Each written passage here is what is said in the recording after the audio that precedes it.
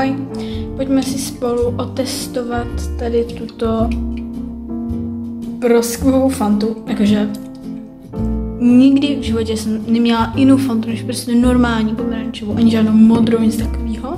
Byl můj brácha, že já jsem to prostě nepila. Takže jdeme to rozdělat. To bude hrozně hezky voní. Mega super.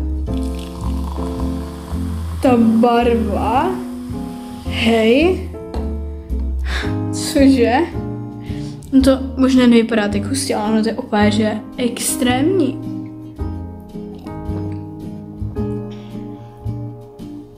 Ona není ani tak sladká, jak taková ta normální Fanta.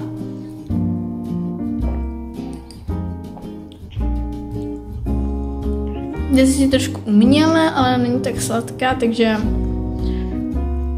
asi bych ji ohodnotila 7 z 10. Tak ahoj.